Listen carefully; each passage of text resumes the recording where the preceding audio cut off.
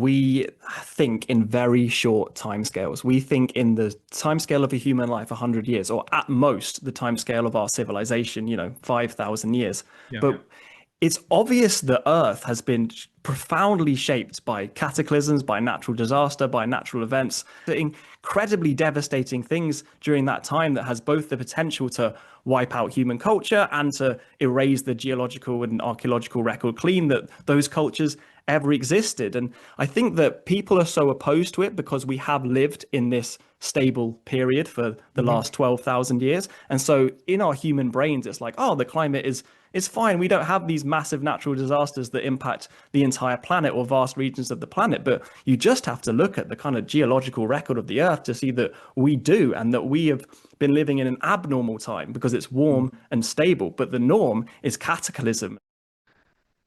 Michael, thanks for joining me today. First of all, congratulations on your YouTube channel, which I think goes by your name, Michael Button. While we're dealing with such issues, on your upcoming appearance in Scottsdale, Arizona on the 5th to the 7th of November, and that's the Quest for Ancient Civilizations conference.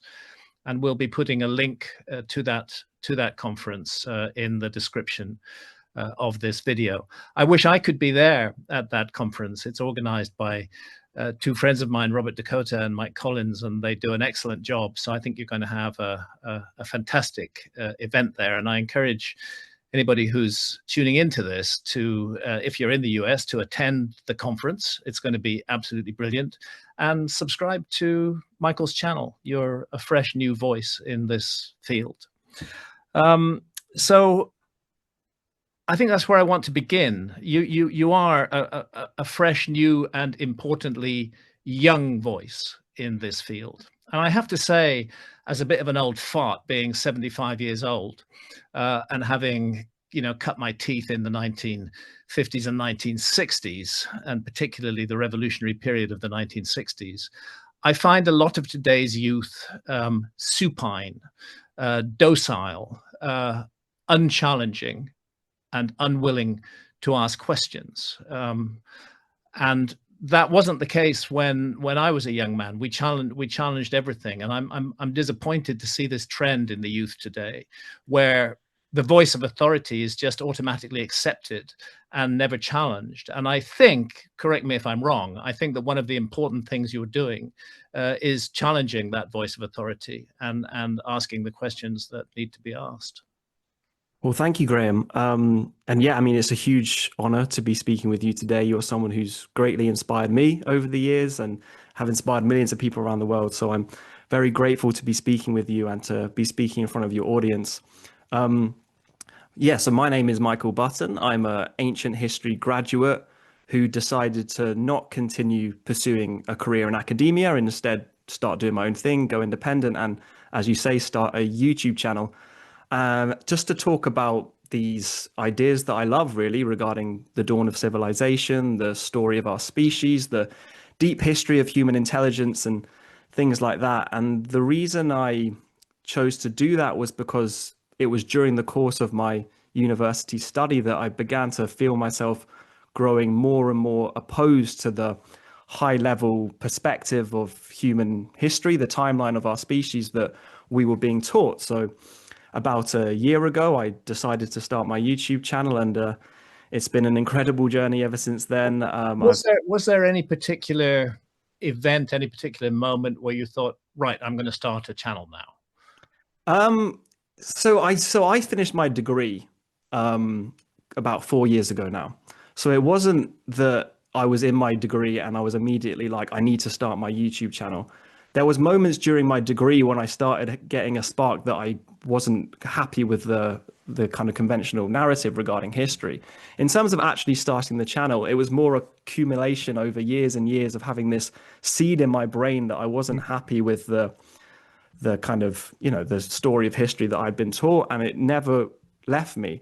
And over the years after my YouTube channel, I started doing a few other things after my degree, but it never left me. It was always in my head. And so yeah, roughly around a year ago, I decided I want to start speaking about this. I want to put my opinions across. I felt like I was in a relatively unique position to do so due to my academic background. So I wouldn't say there was necessarily a spark to start the YouTube channel. It was more a culmination of years of thinking about these ideas and not being completely happy with the perspective that I had been taught and that everyone pretty much is taught in the university system regarding our history. Yeah. Is your YouTube channel your only means of outreach at the moment, or do you have other social media outreach also? I mean, I have all the social medias. I have Twitter, X, I have Instagram, but the YouTube channel is the main thing. That's where I speak about these ideas in detail. So We'll link all your social media links in the description as well. But in a few words, I mean, what do you hope to achieve with your channel? What's the plan? What's the ultimate objective with this outreach that you're doing? I mean, there's lots of ways that we can reach out with information in the modern world. Books are kind of falling away. People are not reading so much, and it seems that visual media is the strong way to communicate. What are you hoping to achieve with this project of yours? Well, what I really want to get across is the fact that so much of human history, and especially the ancient stuff and the prehistoric stuff, is based on very fragmented bits of information that we construct narratives around, and these narratives are presented as fact. And it's fine to construct narratives around these small fragments of information that we have regarding our prehistoric past, but they should be presented as exactly that, as narratives rather than as fact, as truth. And I felt myself growing a little bit tired of the fact that we were taught that we knew everything about our ancient past and our prehistoric past, when I think that is not the case. I think there's such a chasm, such a kind of shadow, such a murky cloud of unknown when it comes to these topics, that I didn't agree with the way that it has been presented by mainstream academia, because I feel like at the end of the day, none of us really know what happened deep in prehistory and before the start of civilization, before the invention of writing, and even after then. So I felt that I wanted to get across my opinions regarding our past, and I felt the best way to do that was to do it via a YouTube channel, because I felt that is, as you say, quite a modern medium, and it's the good way to get to people that necessarily perhaps haven't read books or other kind of sources of information. So I felt like that was a good way to do it, and that's kind of what I'm trying to achieve. I'm trying to encourage people to ask questions about our stories as a species, and yeah, that's what I'm trying to get across. Is your material available on other platforms apart from YouTube, like Spotify, for example? It's not. I do post my videos on Rumble as well, just Right, just as a right. kind of safe backup, but Yeah. it's mainly YouTube for my stuff. Yeah. How important are visuals in your videos? So it's quite important, mainly because I almost source what I'm saying with the visuals. So I show the papers, I highlight the evidence that I've got from the papers. And obviously you can show ancient sites and stuff like that. And I've been to a few ancient sites, so I film them when I'm there. Yeah. But I mean, obviously what's more important is actually what I'm saying, but I try to, complement that with good visuals as I well. suppose I'm just wondering whether there's a parallel track that's audio only. People listen to output in their cars. I'm finding these days my audio books are doing much better than my print books, and that's because people are making long car journeys, and it's an interesting diversion on a car journey. Have you thought about an audio only version which doesn't depend on visuals? Yeah, definitely. And I mean, things like podcasts are absolutely booming at the moment. And I definitely hope to one day either kind of convert my video scripts into some sort of podcast audio form of media, or just to start something new along the line. Because as you say, that is definitely a way that we can get these ideas across. Yeah. Well, you're just really beginning in this field, and yet your channel already, after what, a year, has become a meteoric success. What do you attribute the success of your channel to? I'm not sure, to be honest. I think partly I think I do it quite well. I tried my best I to, think you do too. yeah, I try my best to, condense the information into a digestible format and present it in a good way. But also mainly because I think there are so many people out there that aren't quite satisfied with the story of history that is presented by academia. And so many people are aware of these big inconsistencies and these massive questions and want different sources of information, want people that take a slightly different perspective, want people that come from a position of, we don't know, here's a possible answer, rather than, we know, here is the answer, this is the truth, you must believe it. And I feel like someone like myself, and of course someone like you, comes way more from the position of, many things could be possible. We sit in a place where we can't quite see the past. We don't know what happened in the past. And so here are some potential theories regarding what happened. And I think people gravitate towards that. People like that. People don't like being told exactly what to think and how to feel about history. So I think that is a big reason behind the success of what I do. Yeah, and a big reason behind the failure of mainstream archaeology to communicate in an empathetic way with the public. The voices that I hear coming out of mainstream archaeology have no empathy at all for alternative ideas. They just sneer at them and spit upon them. And I think they're out of touch with the public mood right now, where people want to ask questions. And on that point, asking questions is a big part of what you do on your channel. Give me some examples of some of the questions that intrigue you and that you're asking, that you have asked, and that you will ask in the future. Yeah, so I began, or I didn't begin, but the first videos that I did that started to gain traction were when I started asking this question regarding how long we have been a species, and how that seems very opposed to this model we have of history, that nothing happened until effectively the Neolithic Revolution and the Holocene climate epoch, which is the idea is that that is what caused agriculture and thus civilization to develop.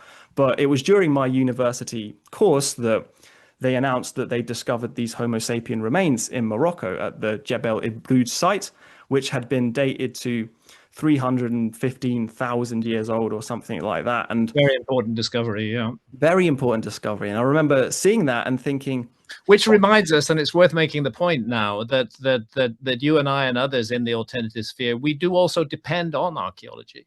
It's not that we're sneering at archaeology. It's a particular attitude that archaeology takes towards alternative points of view, which certainly bothers me. But I would be the first to say that I couldn't do any of my work without the work that archaeologists have done, and I believe that's the case with you as well. I mean, the Jebel Irhoud discovery is the result of the work of archaeologists. So let's give them credit where credit is due, and at the same time, let's point out the faults in the way that they're dealing, because I think there could be a synergy between the alternative and quote unquote mainstream points of view. You know, it doesn't have to be this sort of mutual hate campaign. It could be, if that side did not constantly smear us and sneer at us, I think our reaction to them would be completely different. But the fact is, you know, we have a right of self-defense. And speaking personally, I've been attacked by archaeology consistently, continuously for more than 30 years. And it's very clear that technique on the part of archaeology isn't actually working. Yeah, very much so. And you've always handled yourself with great grace, Graham, even though you've been attacked by many people, most of the time extremely unfairly. But I completely agree. We use archaeologists and historians' work all the time because we have to, because they do great work. They discover these things that we need to use to, you know, talk about these theories and pose these questions. But it is sad that I think it's possibly more of a very vocal minority, rather than perhaps a broad brushstroke of all archaeologists that very much make themselves heard when they smear people like yourself. And that is sad. But I like to think that hopefully more and more archaeologists and mainstream historians will start to look at these questions and start to come on board with these ideas and start to delve into them or if not to come on board, at least not to smear them and sneer at them. It's this snobbish, we know best, we know everything attitude of what you rightly say is a small faction of archaeologists. It's like fundamentalist archaeology. It's wrong even to call it mainstream archaeology. It's a small faction. The problem is that other archaeologists despite being aware that these people are often deceptive and dishonest, are circling the wagons around them and are not speaking out against them. And ultimately, that means that the rest of archaeology is complicit in what these individuals are doing. Yeah, and I fundamentally disagree with that viewpoint because I think at the end of the day, as I said earlier, none of us quite know what was going on in the deep past. The older you go as well, the harder it is for us to understand what could possibly have happened. So I think that the possibilities are much wider than what is conventionally accepted. So I do not understand when people viciously attack others for simply posing alternative points of view. It doesn't mean that the alternative points of view are necessarily correct, but I think they're worth, raising. So worth open-minded consideration. And yet these individuals react as though it's some kind of existential threat to them, something that must be fought tooth and nail, must be attacked and actually misrepresented. So often these attacks are straw man attacks. They say, Hancock said this or Button said this, but actually neither I nor you did say that. They create a straw man and then attack that. And for members of the public who don't dive deeper and who don't look into it deeper, the words of these archaeologists may ring home, and they may think, oh, that's true, and they just accept it. I do actually regard it as an abuse of archaeological authority. Archaeologists are given a certain authority and status in our society, and they should not use that authority and status to undermine and attack ideas that they simply don't agree with. It can be done in a more decent, a more civil way without the insults that constantly fly around. I note that Flint Dibble, who's one of the individuals who has consistently attacked my work over the years, and of course he's got every right to attack my work, and I don't take that away from him. What I object to is the smears and the sneers. And I noticed, let me see, what did he just say about you? Oh, he just said about you in a recent post about you, Michael Button, this dude keeps making shit up like a grifter. I mean, I can't tell you how many times that same language has been applied to me by Flint Dibble and by others who are associated with him. This sort of cheap, easy dismissal. This Jude keeps making shit up like a grifter, and this constant use of the word grifter. Well, in this case, you know what it was about. It's about this recent evidence of potentially much greater antiquity for the human species. Were you making shit up? Were you being a grifter? How do you respond to this kind of smear being put out on social media against you by a man like Flint Dibble? I found that absolutely bizarre, because for all the things he could have come at me for, that post that he did come at me for, I directly quoted the BBC article regarding this find word for word. So I'm not quite sure why he's calling me a grifter on that note, because I'm literally just reporting the news that is being reported by outlets such as the BBC and that has been announced by the Natural History Museum.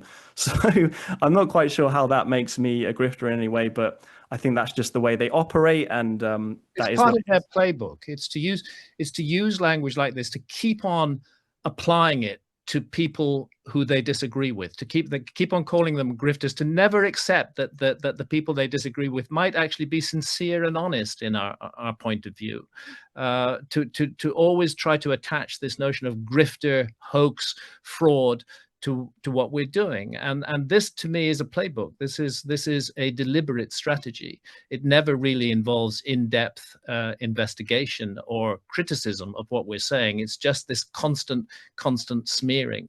And that definitely started with archaeologists and their friends in social media. And I'm very clear that you and I and others on the alternative side are simply fighting back against these smear attacks, and they then represent our fight back as an attack upon them. It's a very bizarre situation that we're in at the moment, and it's doubly bizarre because it concerns the human past, our collective past as a human species. Could there be anything more important than that in understanding our collective future as a species?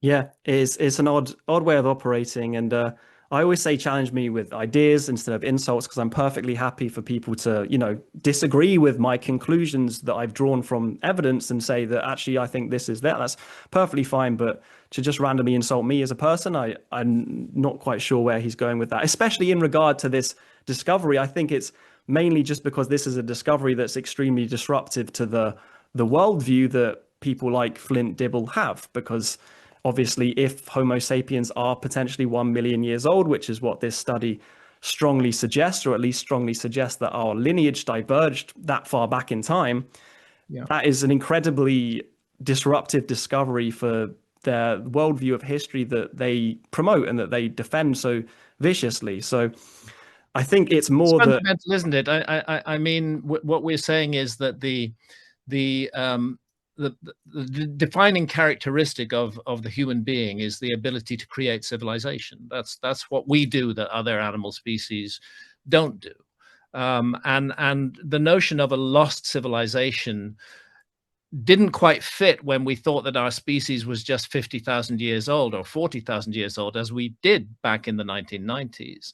There isn't enough room in that 40 or 50,000 years to lose a whole civilization. But then when you have Jebel Hood pushing the human species back to more than 300,000 years, and then when we consider Neanderthals and Denisovans and Homo naledi and Homo floresiensis, all the other different human species who have a right to claim humanity and who appear to have indulged in cultural activities, the canvas gets much wider and much broader, and we go back into deep time and have to consider the possibility that the ability that we pride ourselves for, the ability to create civilizations, was present in our ancestors tens of thousands, hundreds of thousands, perhaps even more than 500,000 years ago. And this just rips the rug out from under the feet of rips the foundations, to use a better metaphor, from beneath the house of history that archaeologists have built. Yeah, I mean, and this is the thing. It's because we have these models of history that we developed, or not we, but that, archaeology or history We developed. collectively as a society, and in that society, it is archaeologists who are specifically tasked with investigating and understanding the past. And that's why I talk about the abuse of archaeological power, because it's like a doctor telling you, you must take this vaccine because it's better for you, without giving us any choice in the matter. And that's the same with archaeology. They say, we know best, this is how it is, and everything else is wrong. And this can't be a productive way to proceed in the future. And Exactly. I'm looking for productive ways to proceed. I would rather cooperate with archaeologists than not. And the only thing that's barring that cooperation is the tendency of archaeologists to smear, to mount smear campaigns, and to pour insults upon us. Inevitably, we have to react to that, and somehow this has to come. I'm not a pacifist. If people attack me, I am definitely going to hit back. Maybe I should become more, I don't know, more zen in my outlook. You're just beginning. You're going to face a lot of this. You're going to hear yourself called a grifter many times in the future. I see in a follow-up comment he also called you a pseudoscientist. That's another one of their favorite labels, to try to just get rid of anybody without, they don't even have to do any hard work. They just apply the labels and hope that enough people will just see those labels and not think of anything else. Yeah, they do that. And because then people immediately think, Graham or Michael is a pseudoscientist who can't Yeah. listen to anything they say. But another thing they love is saying these ideas have already been debunked. They constantly repeat that these ideas have already been debunked. Why? Because somebody said that they had debunked the ideas. I'm sorry, that's not good enough. To debunk ideas, you have to go in depth into those ideas, not simply knee-jerk reject them. yeah, and I think the core problem is that many of these archaeologists still base their idea around history, around this worldview that was created, 50 to 100 years ago, when, the discipline really started, which is, Homo sapiens only 30 to 50,000 years old. Climate then got warmer about 30,000 years later. Civilization developed, blah, blah, blah. It makes perfect sense. But over the last, half century, the evidence has come on so much since then. But we're still stuck clinging to this out of date worldview. But now that we know modern humans are 300,000 years old from fossil evidence, now that we have serious evidence that suggests our species diverged up to 1 million years ago, it starts to make absolutely no sense, in my view, that nothing happened, that we didn't really develop as a species technologically at all for 99.99% of our history.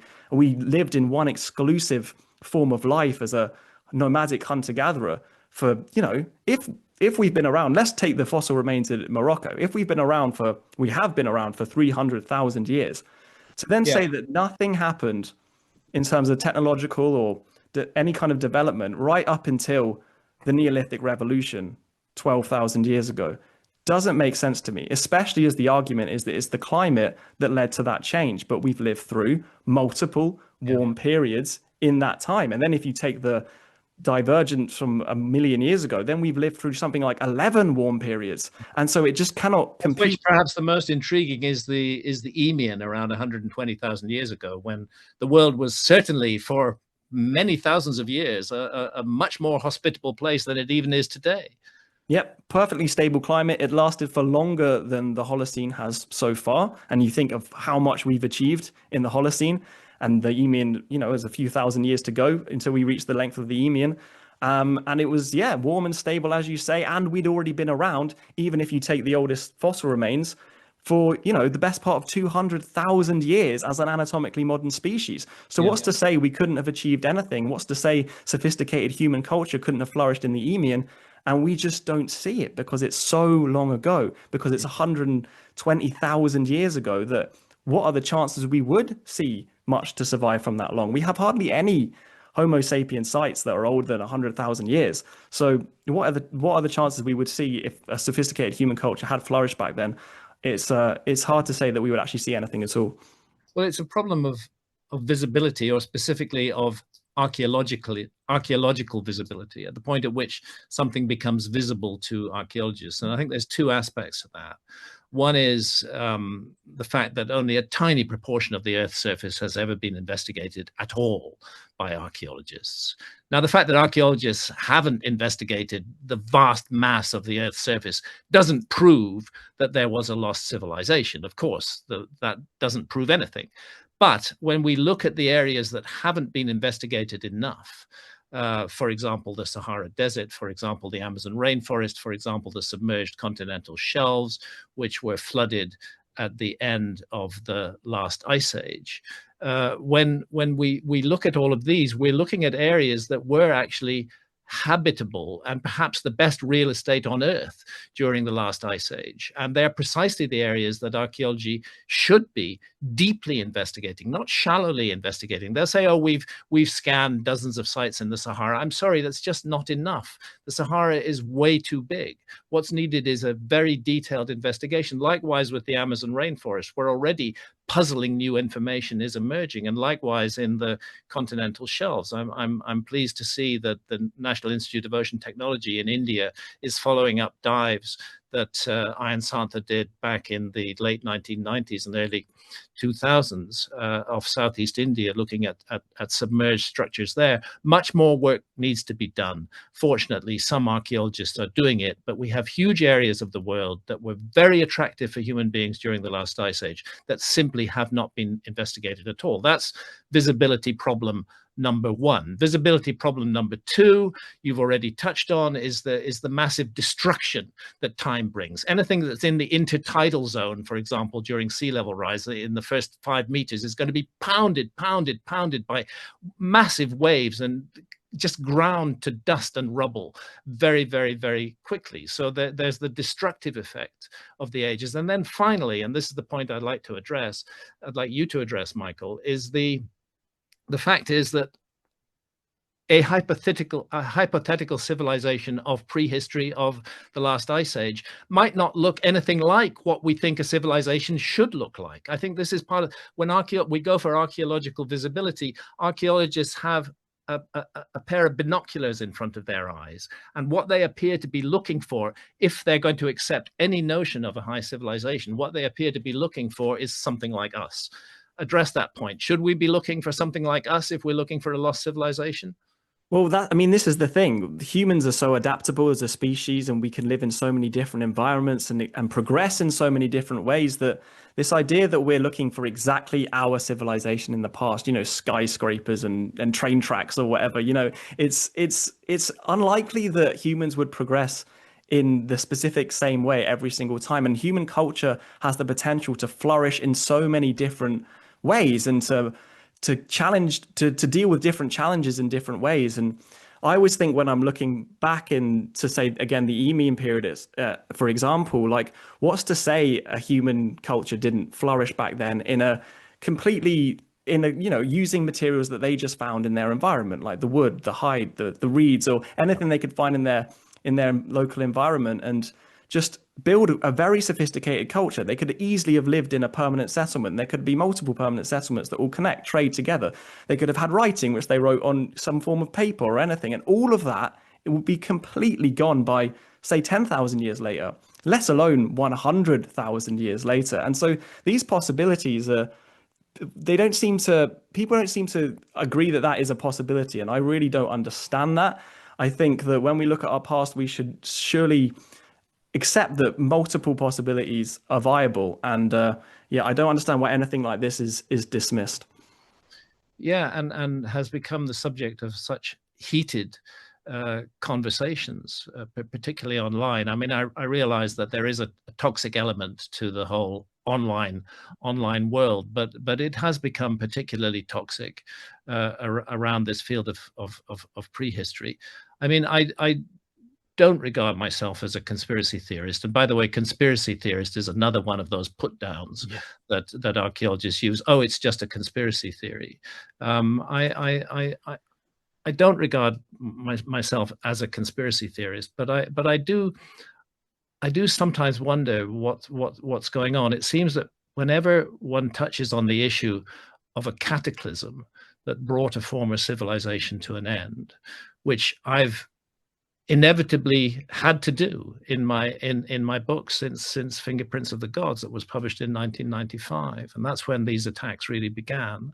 The moment that you consider the possibility that some kind of cataclysm, was it an impact of multiple fragments of a disintegrating comet? That's my favorite scenario at the moment, but it's not the only one. Professor Robert Schoch at Boston University attributes the onset of the Younger Dryas cataclysmic climate episode to changes in solar activity. The reason why it happened is not clear.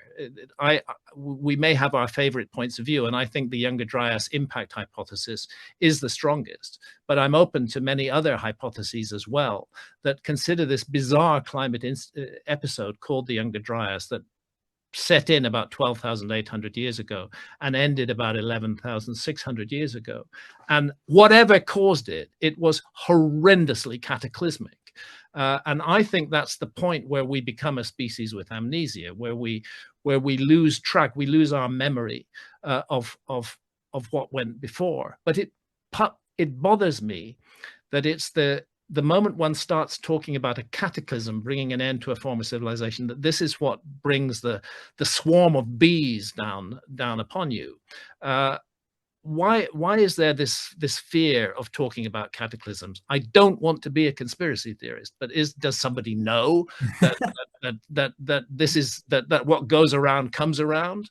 That certainly in terms of the Younger Dryas impact hypothesis, we do pass through the Taurid meteor stream twice a year, and the Taurid meteor stream contains dozens of enormous objects, which are the remnants of a fragmented comet. Is it possible that somebody knows something that we don't know, or is it just that it's kind of considered bad taste to talk about cataclysms? Why do they provoke such a reaction from the mainstream? I think it's because we think in very short timescales. We think in the timescale of a human life, 100 years, or at most the timescale of our civilization, 5,000 years. Yeah. But it's obvious the Earth has been profoundly shaped by cataclysms, by natural disaster, by natural events, and has done throughout the history of our species. Like, as we say, we've been around for so long, and the Earth has been subject to incredibly devastating things during that time that has both the potential to wipe out human culture and to erase the geological and archaeological record clean that those cultures ever existed. And I think that people are so opposed to it because we have lived in this stable period for the last 12,000 years. And so in our human brains, it's like, oh, the climate is fine. We don't have these massive natural disasters that impact the entire planet or vast regions of the planet. But you just have to look at the kind of geological record of the Earth to see that we do, and that we have been living in an abnormal time because it's warm and stable. But the norm is cataclysm and massive changes in temperature and huge events that can completely disrupt the climate and human populations on the Earth. And then when you look at the Younger Dryas, which is probably the most recent one that you could define as a kind of cataclysmic climate event, the climate was getting warm, the climate was getting stable, civilization could have, begun, flourished, or already existed. And then we have this dramatic event, we have this horrific event for whoever was living there. And as you say, no matter what it is that caused it, that can be debated, and we haven't fully established that yet. But the fact is, it was a completely horrific climate shift that would have been devastating for human culture in whatever form it was that lived on the planet at that time, and stayed devastating for, the best part of 1,000 years, I think. So I don't understand why because we debate what caused the Younger Dryas, that kind of shoves away the fact that the Younger Dryas was a very dramatic event and definitely had the potential to cause severe devastation. So I don't know. I'm not sure exactly where I land on the debate. I think there's very good merits to the Comet Research Group, and I've looked into their work a bit. I did a small video on that. I didn't do too much of a deep dive, but I did a little bit of an inquiry into the potential of a comet striking 12,000 years ago. And there's obviously some interesting kind of mythological evidence, if you want to call it that, for such a thing occurring. But yeah, I don't fall into any camp particularly, but I think it definitely... By the way, while you're looking at the different camps, do take a look at Robert Schoch's excellent work on the possible involvement of the sun in the Younger Dryas events. Robert Schoch is another person, a professor of geology at Boston University, who's stuck his neck out and taken the slings and arrows of hatred that have been projected at him by, again, this small group of archaeologists who seem to want to own the past. Robert has stuck his neck out and taken those risks and put his reputation on the line and carried on doing excellent geological work. And again, I feel this is worth recognizing. So I hope you'll take a look into Robert's take on the Younger Dryas as well. Yeah, I will. And as you say, that's another thing that can cause massive disruption on this planet. And there are just so many different factors that we just do not appreciate what we've been through as a species, what we know we have been through, because we know that our species is at least 300,000 years old. We know our species is now potentially, up to 1 million years old when we diverged. So we have been through some incredible things. And it's both testament to how good we are as survivors, but it's also testament to how much could have happened, how many stories, how many human lives, how many cultures potentially flourished, rose, and fell in our deep past. And the history of the Earth is so brutal. The fact that we made it through, do we really expect that nothing happened and that we just kept going up and that we didn't have any setbacks, that nothing pushed us back? It doesn't make sense to me. And yeah, I mean, Dr. Robert Schoch is a very, very interesting guy. I've obviously looked into his work on the Sphinx with John Anthony West, and very interesting. That ties into the Green Sahara that you were talking about earlier, which is a bizarre thing that's never made sense to me. That well, I'm just planning. I think we were talking off air about that, but I'm actually about to take a big trip right across the Sahara. Because the fact of the matter is that the Sahara was green and fertile for several thousand years before ancient Egypt appears as an archaeologically recognizable civilization along the banks of the Nile. I have to wonder whether some of the mystery of the origins of ancient Egyptian civilization may lie in the Sahara Desert, which we know for sure had lakes, had rivers, had grasslands, had savanna, was a nurturing and positive environment for thousands of years, certainly from 10, 11,000 years ago down to about 7,000 or 6,000 years ago. And then suddenly ancient Egypt appears as a fully developed pre-dynastic Egypt, as a fully developed civilization on the banks of the Nile. And it's the background to these things. It's the same with Mesopotamia. When we go there, ancient Sumer actually doesn't just come out of nothing. There is a background to that as well. Yeah, I'm interested in looking at all of that. Just to round up on the cataclysm issue, I've noticed that when I talk about the Younger Dryas, which was undoubtedly a massive climate change event that took place between 12,800 and 11,600 years ago, whatever caused it. When I talk about that, quite often on YouTube will add a warning telling viewers that this contains counterfactual information about climate. So it seems that maybe the reason that certain archaeologists are just so dismissive of the role of cataclysms in the human story is because the role of those cataclysms to some extent undermines the climate change ideology being entirely caused by human beings, which is now very much in the air. In fact, it's one of those things that you can hardly question without having a swarm of attacks descending upon you. Now, I'm not saying that there is no climate change. There is climate change today, for sure. It's minor by comparison with what happened during the Younger Dryas, but there is climate change today. And I think that the broader factors that cause climate change need to be taken into account as well as human activity. That doesn't mean that I think we're doing things right as human beings. I think we should love and nurture and care for our planet.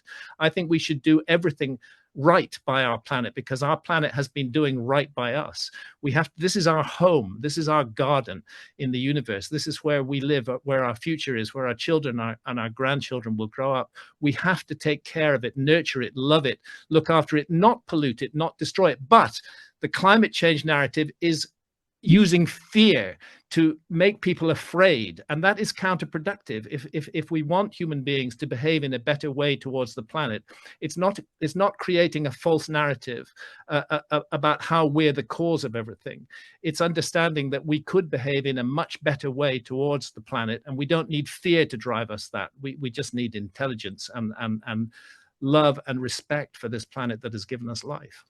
Yeah, I mean, both things can be true, right? Like, yes, we should definitely treat the planet with more respect and we should try and clean up our act for sure. But also, this buys into the whole kind of arrogance almost of the modern view. We think we know everything that happened in the past. We think we are the biggest, influencer on the climate, but we're clearly not. You just have to look at the temperature record of the last 300,000 years or last million years. And I got similar warnings on some of my videos where I talk about these topics, and I'm literally just discussing the temperature graphs and saying, look, it's up, it's down, it's up, it's down, and we're currently up.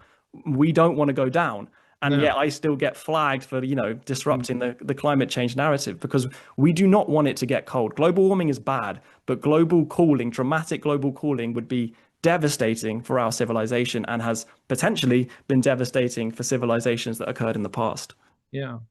No, it's slightly sinister that there are more and more subjects in the world today, which one becomes almost afraid to talk about because of the massive hostile negative reaction that will be produced. We seem to be entering blindfold into a kind of Orwellian world. George Orwell really got it right back in 1984, and that is what's happening. It's wearing different clothes. It doesn't look exactly like the 1984 world that he imagined, but when you get down to the roots of it, thought control, mind control, thought crime, all of these things are actually happening in our society today. And it's so weird that one of those thought crimes is to even consider the possibility that archaeology might have missed a whole civilization in the human record. Michael, I'm sorry, I'm getting into a bit of a rant here, so I just want to move on. What are your plans for the future? And do you have any travel bucket lists that you're intending to fulfill in the years ahead? Yeah, so I mean, my plans for the near future is to keep doing what I'm doing, keep pumping out videos, keep asking these questions. I really hope that this channel provides me with the opportunity to start to travel to these ancient sites, as you mentioned, because now that I'm, getting some traction, I feel like I can justify the going, abroad and going to all these sites and, making content about them, giving my views about them. So I really hope that that is the kind of place I can take it. In terms of my bucket list for where I want to go, I am planning to go to Egypt early next year. So that's Great. number one of the bucket list. Definitely to Giza, Your possibly. audience is going to have a treat to look forward to. I hope so. I hope so. I hope I can, because I mean, obviously Egypt's been covered a lot by lots of people, Sure. including yourself. So I don't want to, just like rehash old stuff. But Well, the point of view is, as I said at the beginning, you're bringing a fresh, new perspective to these ideas, and that's just absolutely what's needed right now. yeah. So I'm just gonna, go there, see it for myself mainly, but also convey my opinions on because I haven't really touched Egypt in my videos. I did one video about the Sahara, but because it's almost the best place, and I want to kind of save it until I'm ready. So yeah, that's number one on the bucket list, and I might make it a 2-week trip and go to the south of the country as well, but I haven't quite decided yet. So that's number one on the bucket list. Number two is Check with me before you go. I can give you some suggestions.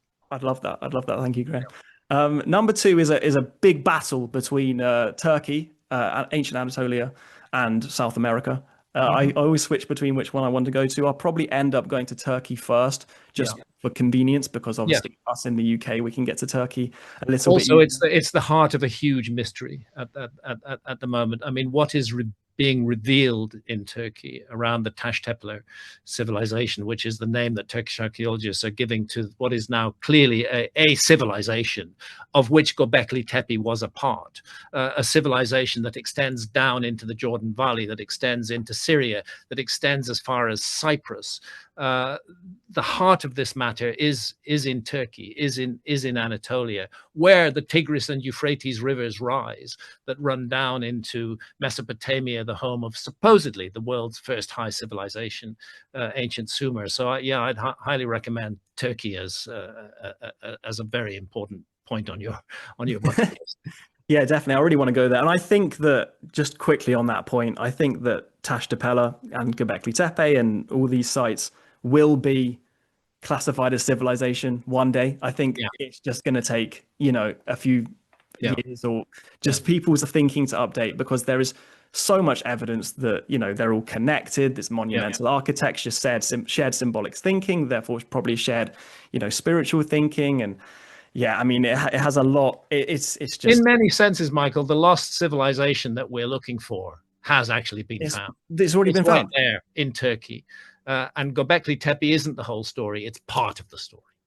And I think me, as well as many other people, that was the big smoking gun that really shifted my viewpoint and then led me to start looking into all this other stuff, because I remember seeing that and I remember thinking, why is this not considered civilization? Look at some of the civilizations we do consider civilizations in, post 3000 BC. Many of them don't tick every single part of the checklist, but because they're at the right date, they're considered civilization. So it seems to me the only reason Taştepeler isn't considered civilization is purely because of this extremely uncomfortable date. But I think that with time, thinking will update on that. And I look forward to it. And yeah, definitely really want to go there. And then, as I mentioned, I want to go to South America. I really want to see Sacsayhuaman, where I know you've just been. I really want to see Ollantaytambo. Not only that, having just been to Peru, actually the main focus of the visit that Sant and I just made to Peru wasn't Sacsayhuaman, although exciting and extraordinary things are happening there, which I'm going to be documenting. But really intriguing on Peru are the coastal pyramid cities, Banduria, Caral, Penico, Aspero.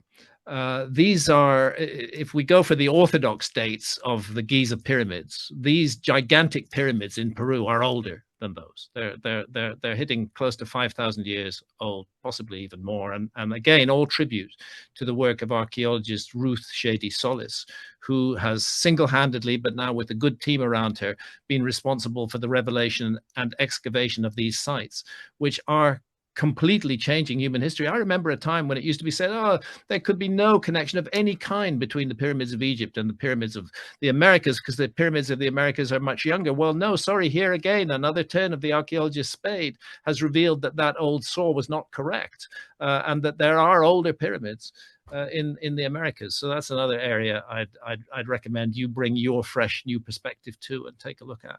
Definitely. And there's just so much mystery in South America, so much mystery. It's almost unbelievable how little we know, I think, in comparison to some other parts of the world. It's incredible. So yeah, I definitely want to visit all those sites. But that would be a big, big, big trip, but Sure. hopefully one day. It's Um, it's it's a big trip, but you've started on the road. You've got an excellent channel out there. You're asking thought-provoking questions, and you're getting people who might not be interested in these subjects at all to take an interest in them. And you're also getting the flack from the archaeological lobby. So welcome to the club, Mike. thank I'll remind our viewers again that you are speaking in the United States, 5th to the 7th of November, and that's at the Quest for the Lost Civilizations Conference, and it's going to be held in Scottsdale, Arizona, in the US. We will put the link in the description of this video, and I hope those who are in the US or able to get to the US will attend that conference, because as well as you, there's a lot of other excellent speakers, and it's going to be a really fantastic event. I'm very glad for you that you've been invited to speak there, and I look forward to seeing hopefully the broadcast of what you have to say afterwards. I wish I could join you, but I'm too busy writing a new book right now. Yeah, well, I'm very excited, both for your new book and also for the conference. I am, yeah, really looking forward to meeting so many cool people, both the speakers and also everyone that's going to come along. It's going to be a really exciting event.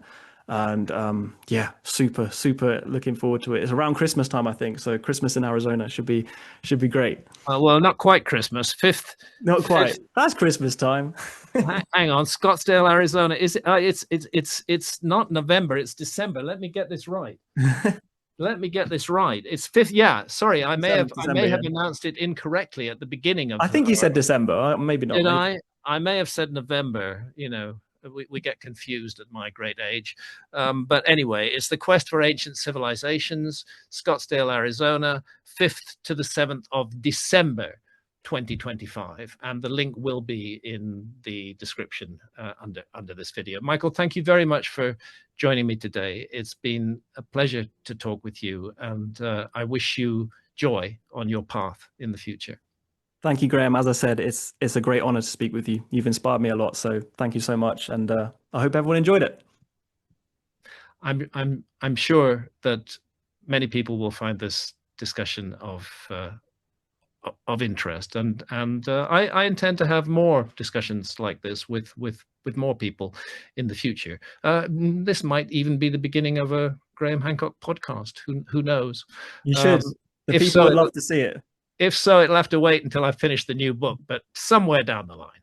Yeah, I mean, anyway, well, you're a great interviewer, Graham, and you're a great man. So the people would love to see something like that. I'm absolutely certain. Thank you for those kind words, Michael. I really appreciate it. Very good to talk to you. Be well. You too, Graham. Thank you.